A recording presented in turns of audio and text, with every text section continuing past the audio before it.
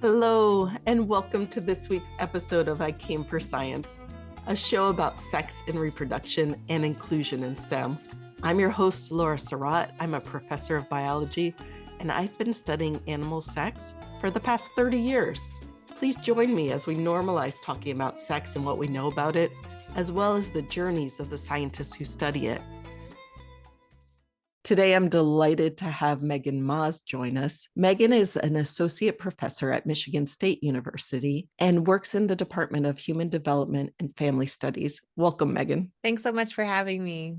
Thank you so much for being here. So excited. I was wondering if we could start by you telling us about the general area of reproductive biology that your research focuses on. Yeah, so I mainly study what we would call adolescent sexual socialization, or how adolescents learn how to be sexual beings, how to engage in sexual activity. So that means a lot of the work that I do is understanding traditional sex education, but also, for better or worse, other sources of sex education, like pornography, sexual media, TV, movies, and those types of sources. Yeah, and that's great. And we talked about on a previous episode how important it is to have comprehensive sex ed because kids are going to learn it somehow. And don't we want them to learn it from a trusted adult who they can get accurate information from? But if not, they're going to learn it some other way. And that's true in humans and it's true in other species as well. Yeah. So, how did you get to this area of research? What led you to it? You know, it's so funny because I get this question all the time, and I really wish there was some punchy, engaging, interesting story. But it was really a slow evolution. I started out, actually, I took a 3-year break between my first and second semester of college. And I actually worked on film sets and TV sets. And then I realized that kind of transient life was just not for me. And I needed more stability. I needed health insurance. And so I went back to school with this idea that maybe I could do something with film and psychology, or maybe I might be interested in being a therapist or something. Right. And then during my undergraduate education, I became a peer health educator and got really into health science, health education, and then neuroscience and addiction. And I did a semester as a sex educator out of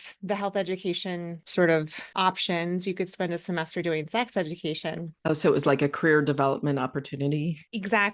Yeah. Okay. And during that time, porn just came up all the time for either adolescents or college students. And this was, 2010. So nobody was researching pornography in the way that they are now. There were some studies, but they were pretty limited in scope. And I thought, wow, this sounds a lot like other types of addictions, or this seems like it's a primary source of education. And so that's when I started researching it, and then kind of flash forward, 15 years. And now I'm really at kind of this intersection between adolescent development and sex education and pornography and sexual media. Wow, that is such an interesting evolution. And I think really indicative of how our lives go as researchers, right? Like sort of one thing builds on another. I always tell students when they're thinking about what to major in and, what they're going to do out of college, like it's all okay. Just try it, see what sticks. And even the things that don't stick, it's part of your toolbox of understanding and approaching the research. It's so interesting. Yeah.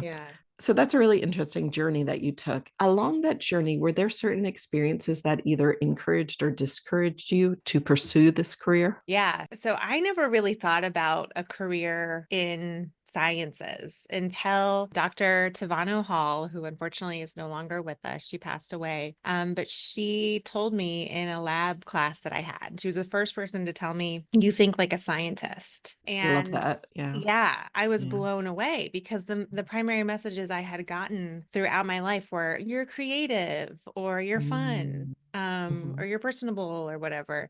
And did you think that was like mutually exclusive with thinking like a scientist? Yes.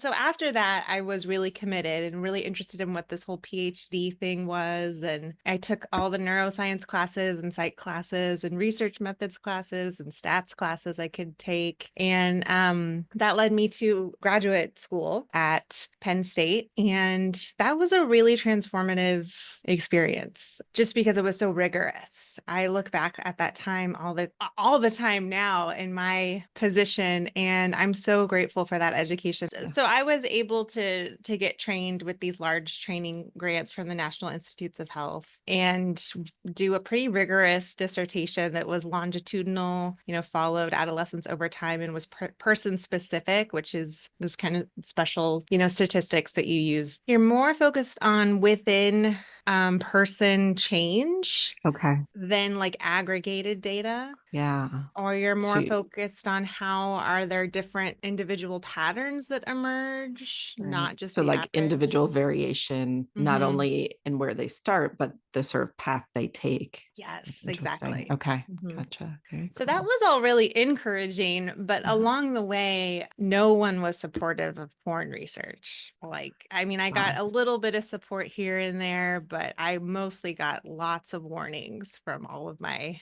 Wow. mentors and professors of, you need to focus on quote unquote real science, or Wow. that's too controversial, or too uncomfortable, or that's not meaningful, or whatever the case may be. So I kind of, in many ways, kept up with pornography research from an educational perspective and still worked as a health educator in schools Hmm. throughout my doctoral program because I was a non-traditional student. What do you mean by that?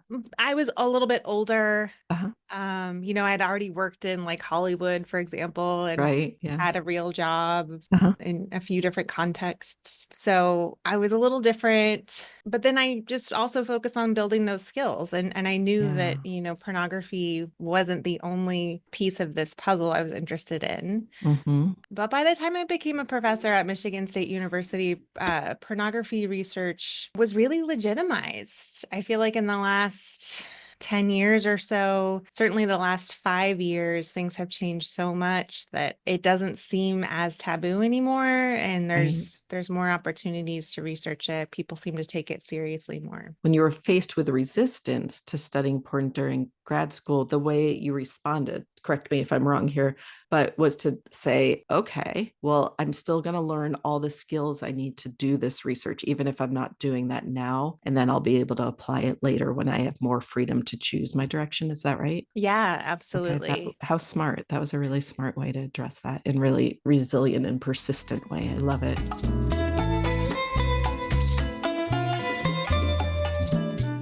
What would you like to share with us in terms of your research findings so far on the experience of adolescents with pornography? Well, it's tough. It's Yeah, tough to do research on adolescents specifically. right. Some of the findings that I have had with my own data collection are that adolescents feel like their parents don't talk to them enough about it and are too embarrassed.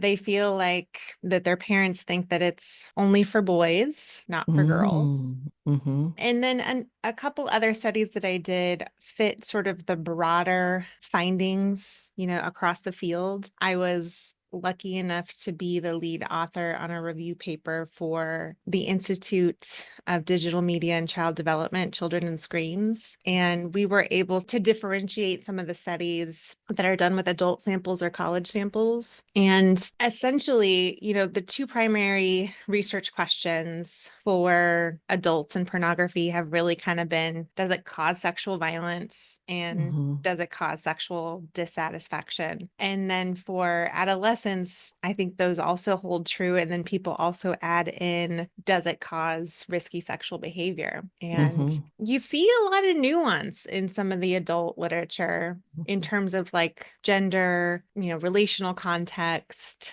some person specific factors. What's interesting with the adolescent research, the early adolescents, is you see less nuance. It's a So, what little, age are we talking about here? so we're talking like 12 to 17. It's pretty consistent, at least in the studies that we have, the studies with samples that are truly under the age of 18, Mm-hmm, is that the more pornography use they are engaging in, the riskier their sexual behavior is. Early exposure predicts later perpetration of sexual violence and sexual yeah. violence victimization. They're more likely to have erroneous beliefs about sex, such as, that rough sex or, even rough oral sex or anal sex is common.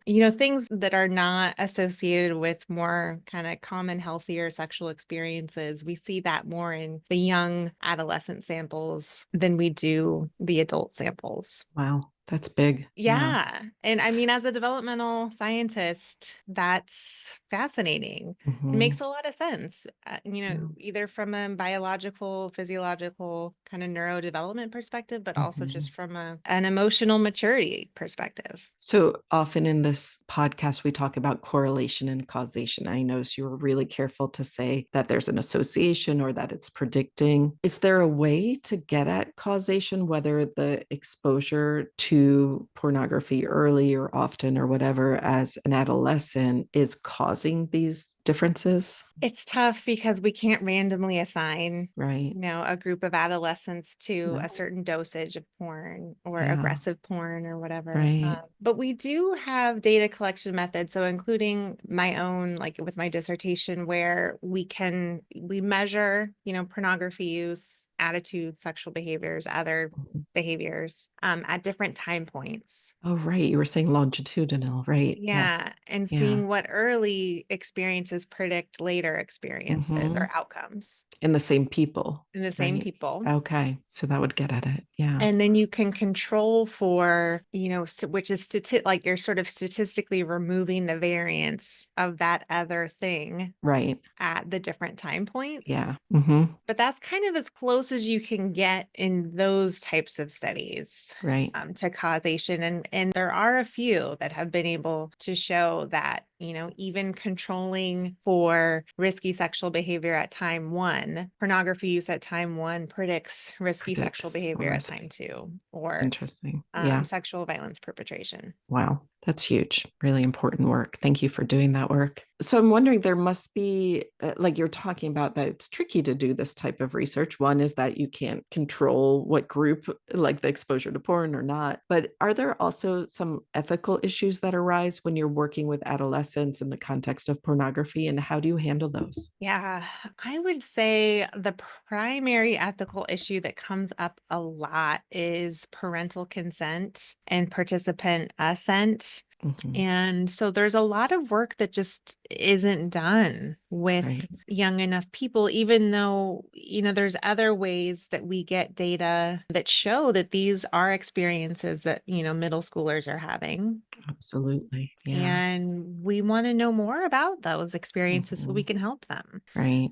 And if we don't have the data to help us understand what those experiences are like and what exactly it is that they are grappling with, we can't provide support for parents even to have those Right. discussions, let alone, sex education or recommendations for pediatricians or whatever the Hmm. case may be to support adolescent sexual health. Right. That's And really mental health important. even. I mean, Yeah. it's a mental health issue with some of this porn sexual stuff as well. It's important Consider to be able to do research on this for us to be able to help our teenagers as well. Yeah. Then you also talked about participant assent. Can you tell us what that means? Yeah, so that's just where, participants will consent, but if you're under the age of 18, it's called assent. Okay. So it's not really consent, it's like agreement. So you would need both to Right. have somebody under the age of 18 participate in our studies. And Sure. when they're sexual in nature, the harder Very it is tricky. to get, really accurate representative data. So I'm just curious about this. Do you like have parent meetings to talk about the research and inform people so that they're more open to it, or how does that work? So that's kind of also been my strategy is, Yeah. and I think that's why I've gotten into doing parent education about Sure. pornography Right. because there aren't the barriers there. Hmm. And so that's kind of a line. So that has become a line of research. I have an online parent program and I do other parent programs. I'm curious, what would you consider healthy and unhealthy use of pornography by adolescents? That is, again, difficult to answer because we don't have a ton of data on different patterns of pornography use. Intricate enough data that can really speak to that in ways that we can understand other types of maybe more risky sexual behavior. The other piece, I've been advised by different sources, to make the statement that there is no such thing as healthy porn use for people under the age of 18 because it's illegal. But I think for people who are parents or people who are working with teens or trying to understand adolescent behavior, there are some patterns and some ways to kind of think about it, at least from my perspective. And this Yeah. is just my kind of lay of the land, is that we shouldn't freak out, I think, about casual exposure. A lot of times people will just say, oh, they're going to see it on the bus or at the friend's house or this or that or whatever. And that's true. They are. And we should prepare them for that. And there probably isn't much we can do to control it to that level. But what I think is absolutely an issue for various different reasons are the teens that have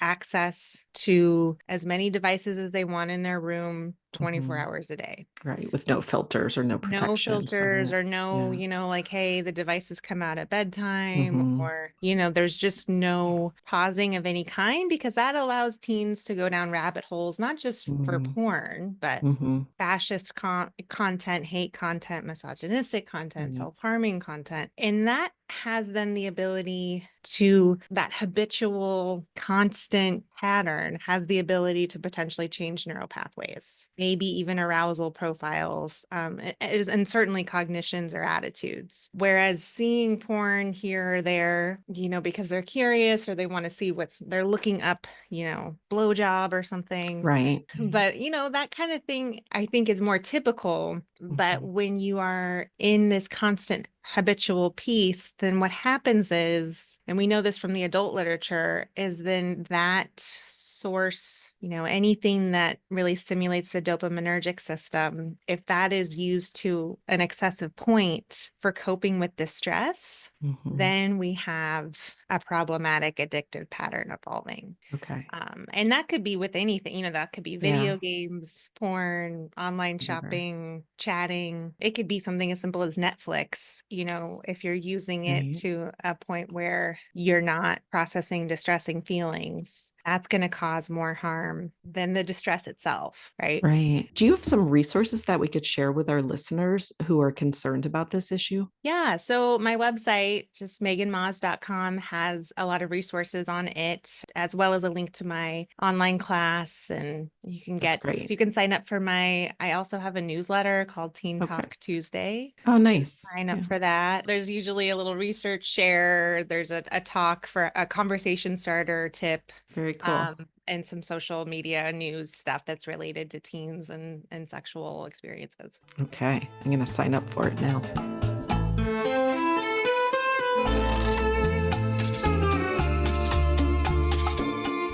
I know you said it was really hard to get data, and there's not as much nuance in the adolescent data as there is in the adult. Are there any aspects of identity that influence the use of pornography by adolescents? And you had mentioned, for example, about girls' use of pornography, and we haven't talked about that much, but I know I was talking to a local therapist about this topic, and she's been practicing for many years and works with adolescents. And she said not once has a girl mentioned use of pornography to her. Oh, wow. Yeah. Yeah, not Well, once.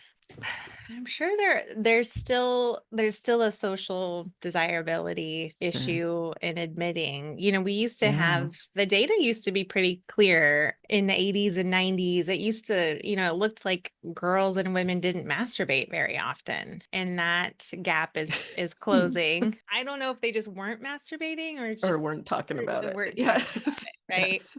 Yeah. So I think some of it is a social desirability issue, but the data show that for girls, it's by the time they've graduated high school, over 60% have intentionally viewed pornography at least once. And some of the data are showing that, there's roughly a third that are seeking it out weekly, and that's still a lot less than the boys, but the gap is kind of closing there. And then for adult women, it's a one of the fastest growing demographics for pornography consumers is adult women. And Yeah, so we're seeing that gender gap close. Some of the adult research shows that women's use of pornography is actually associated with more sexual satisfaction, higher levels of sexual satisfaction in heterosexual pairs, whereas for men it's associated with lower sexual satisfaction. Oh, really? Interesting. Yeah, so Huh. some of the sexual satisfaction research is a little bit of a chicken and the egg issue. Are you Right. That seeking makes out porn sense. because Yeah. you're not sexually Yeah. satisfied, or are you using it to the point where, Right. you know, the real thing is not satisfying? But women seem to be a little bit more resilient in that regard. And it could just also be that the kinds of women who are using porn on their own are probably more open sexually, have less sexual shame in general, and might be able to enjoy partnered sex more easily. But then there are emerging studies that show that for LGBTQIA youth, pornography is one of the few sort of affirming experiences that they have about their sexual desires or their bodies. Hmm. But that can be pretty hit or miss because the porn that teens have access to is not, you know, ethically produced porn, you know, that's made by women for women or the queer community. Right. So sometimes what they have access to is also pretty discriminatory and yucky. Yuck. Yeah. There does seem to be more nuance there as well. But it's Hmm. pretty consistent that for heterosexual men, cisgender men, heterosexual men, no matter what the age, it's not associated with great things. Hmm. For so many of the studies at many different ages, whether that's early adolescence, late adolescence, young adulthood, middle adulthood, that is where we see the most associations with negative outcomes for cisgender heterosexual men's use of pornography. So that could be anything from arousal issues, sexual satisfaction issues, attitudes towards women, proclivity to be sexually aggressive, more likely to engage in image-based sexual abuse, more likely to view women as sexual objects or think of them as less intelligent than men. There's just a lot there that we don't see as much in cisgender women or in Hmm. gay men Hmm. or the queer community. So those types of associations are really supporting this idea that pornography sort of acts as a fuel to some of the issues that men already deal with. Hmm. Whereas, you know, gay men, women, the queer community can be maybe more resilient to some of the messages in porn because of their identities. They're already having such different experiences. Right. Interesting. Do you think those negative associations that you talked about depend on the genre of pornography that's used? Or I is there think evidence for that? there is not a whole lot of evidence for that, Okay. but there Okay. is growing evidence for that. There has been more efforts made toward measuring pornography use in a more nuanced way. So, pornography is so many things, and that's part of the challenges of researching this topic is what do you even mean when you say pornography? Right. Yeah. Absolutely. And And what I define it as is going yeah, to be different than you, right? Yeah. totally. Yeah. Interesting. Absolutely. And then even asking, do you see violent pornography? Hmm. A lot of people wouldn't even consider, you know, choking or, you know, slapping or spanking to be aggressive or violent in any way. Hmm. Whereas other people might think that is quite violent. So Yeah. the self-report issues are there. We tried to get around this by asking specifically about the different genres that are available on tube sites Hmm. and just have them report on the different genres that they've seen, the genres that they Okay. prefer to see, and not judging that as violent or not. But Right. then using those data to create measures of pornography use based on genre. So I think, and then there have been some studies that have shown more aggressive content and less aggressive content in other countries to adults. Hmm. And those experimental studies will show, you know, some variation in outcomes of, you know, attitudes after exposure kind of a thing. So I'm sure what is being watched matters, Mhm. but it's so hard to measure. Right. So the last question comes from one of my student collaborators, and they asked, how has Pornhub been able to monopolize the industry? Ah,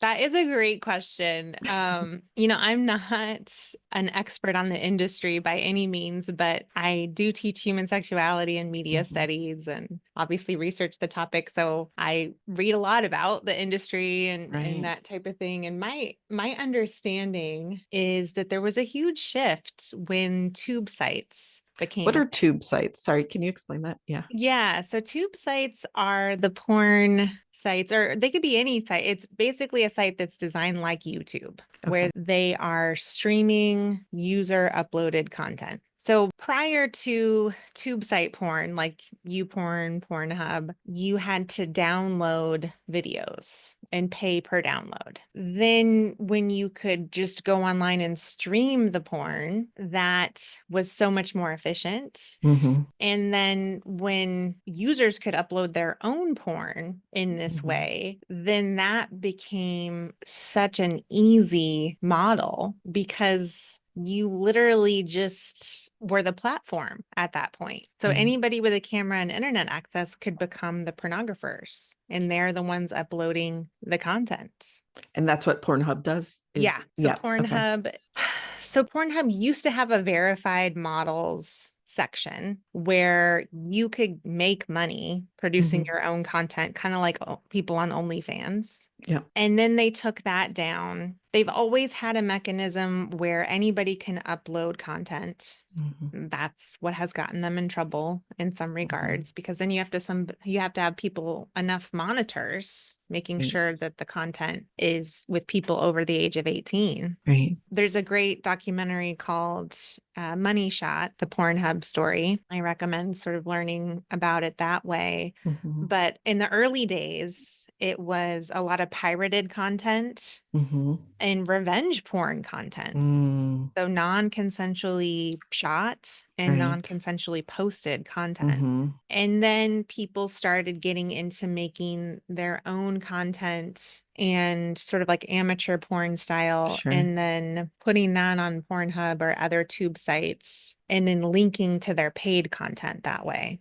Gotcha. So kind of Yeah. driving traffic to paid Hmm. content. But regardless, so MindGeek owns Pornhub and they own the other top tube sites. And it's a really cheap and easy business model. Business model. Makes And sense. and then from a user perspective, why would you pay money for ethically produced porn when you get an endless stream of free porn? Right. And so, my advice to people who are concerned about the ethics of it all Mhm. is to pay for porn from one of these more Mm. ethically oriented production companies. But then that's where evolution comes in because, why would you work for vegetables when you can get a cheeseburger for free? Mhm. And so, Yeah. Yeah. hence why Yeah. Pornhub is huge and these other Right. companies are not, I think. Makes sense. Well, thank you so much, Megan, for coming today and informing us about this really important issue about adolescent use of porn. I think it'll be really helpful to parents and guardians, and hopefully they can use that to help their own children and other adolescents in their lives. Yeah. Thanks for having me. This was fun. And thank you all for listening. Thanks also to our production team, Isabel Espinoza, Lane Patton, and Daphne Trilliana. The music used in this episode is from I Don't Smoke by the Mythical Score Society.